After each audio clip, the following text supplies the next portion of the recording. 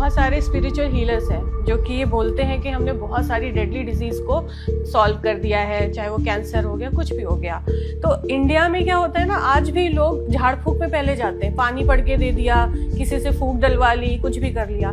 तो क्या ऐसा होता है कि मेडिसिन के साथ साथ हम ये स्पिरिचुअल ट्रीटमेंट या हीलिंग से भी ऐसी डेडली डिजीज को हम सॉल्व कर सकते हैं? जॉन्डिस होता है, बहुत लोग झाड़ फूक पे जाते हैं, हमारे पास भी आते हैं कि हमने ये दवा कराया, फिर जब कॉम्प्लिकेशन है तब लैंड अप करते हैं। रेड फ्लैग साइंस जो मैंने आपको बताया कि सोशल स्माइल हो गया, इंटरेक्शंस नहीं है, आई कांटेक्ट नहीं है, and baby don't follow your command. मेरी सिस्टर के अभी बेबी हुआ है और उसको घर पर खाने में सिर्फ खिचड़ी और दाल रोटी देते हैं। तो अगर ऐसे में माँ सिर्फ खिचड़ी और दाल रोटी खाएगी तो बेबी को पूरा प्रोटीन कैसे मिलेगा? तो क्या मदर नॉर्मल खाना खा सकती है? उसका असर बेबी पे कुछ गलत तो नहीं होगा? हमारे पास जो मेडिकल टूरिज्म में जो पेरेंट्स जो मदर आती हैं बाहर से, मतलब दूसरे कंट्री से, वो सेकेंड थर्ड डे के बाद बाहर का खाना मंगा के खाते हैं। उनके मदर के लिए कोई साइड इफेक्ट्स नहीं है, और हमारे यहाँ के लिए सब सास और नानी का ही होता है कि ये नहीं का।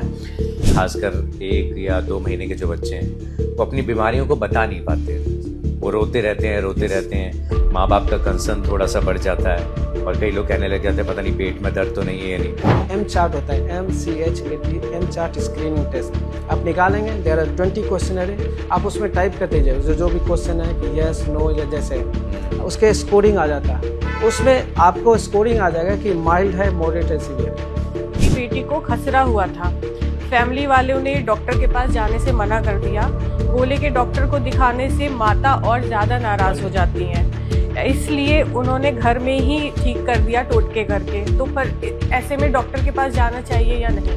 नॉर्मली 1 ईयर में 45 सेंटीमीटर हेड सर्कमफ्रेंस होता है। ओके। इनके बेबी का एवरेज 48-50 सेंटीमीटर होना चाहिए। आप मिल्क का कोई दूसरा प्रोडक्ट दे दीजिए, केवल मिल्क के पीछे नहीं लगना है कि इस बहाने नहीं ले रहा है तो हम कुछ और सप्लीमेंट्स उसमें डाल के तब देते हैं। Supplements less than 2 years big no है, कोई भी ब्रांड है, कितने भी अच्छे ब्रांड्स हैं, बिल्कुल नहीं देते। दाई आती हैं, आंटी जी आती हैं, पटक पटक के बच्चों को करती हैं मालिश, बच्चा रो रहा है, कुछ कर रहा है, उन्हें नहीं मतलब ये हेल्दी होगा तो वो ठीक है। यदि फीवर डेवलप करता है या लूज टूल डेवलप करता है, it's a sign of infection. इसका कोई भी टीथिंग से कनेक्शंस नहीं है। कभी डॉक्टर साहब आपके पास ऐसे क्यों केस आया जहाँ पर लोग बहुत सुपरस्टिशियस हो गए हो पेरेंट्स और अंधविश्वासी हो गए हो, और जितने भी वो लोग देख रहे हैं ना, चाहे चाचा हो, मामा हो, बुआ हो, आपकी नानियों के बहकावे में आप आ रहे हो, उनके लिए कुछ कहना चाहेंगे आप कि ये मेरे पास केस आया था एंड बिग नो, इन सब चीजों में मत पड़िए?